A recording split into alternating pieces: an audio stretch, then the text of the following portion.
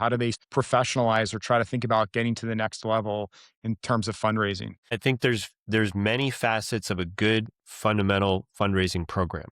And I would say that what I'm about to say applies not just to the 97% that you mentioned, but also to the other 3%. In other words, these are skills and fundamentals that everyone, all nonprofits should be able to abide by or follow.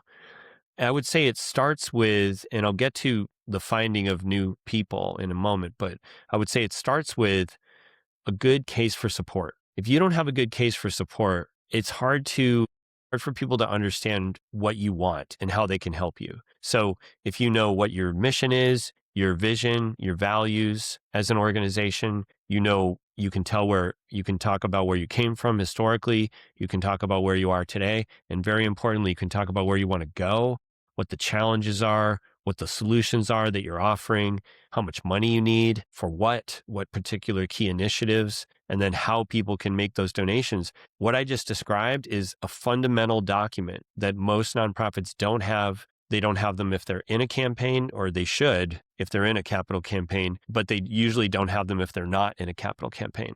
So that's that. And then I would say asking for things outside of cash is also important. Asking for real estate donations, stocks, bonds, mutual funds, life insurance cash value, cryptocurrency, tangible personal property, including automobiles, retirement plans, donor advised funds. These are all things I don't see a lot of nonprofits asking for. So having a good case for support is your why. Then asking for all these other types of assets is your how. How can we help this nonprofit? We can help them in all these different ways. And I'm not asking the nonprofit to go and process these gifts. I'm saying you don't have to process the non-cash asset gifts. You can have someone else do it for you. A third party can do it for you and then wire you the net proceeds after the gift has been processed.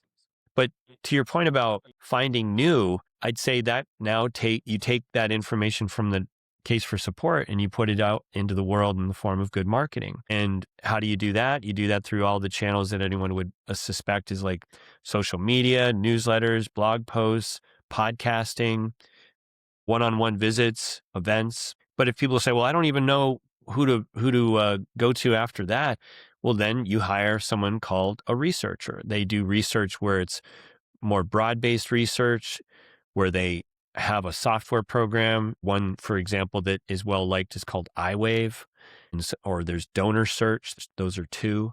So they can go and you can find information about people, their capacity, and what they've done in the past. Just information that's public information that is now curated and kind of spoon-fed to the nonprofit to be able to see what they want to do with that. And then there's also contract research, which is done, which is to say, maybe you want to take the top 5 or 10 donors that you have and do a super deep dive with those people. So everything I just mentioned is very much professionalizing the operation rather than saying, hi, I started a nonprofit. We're doing this work. Would you help me?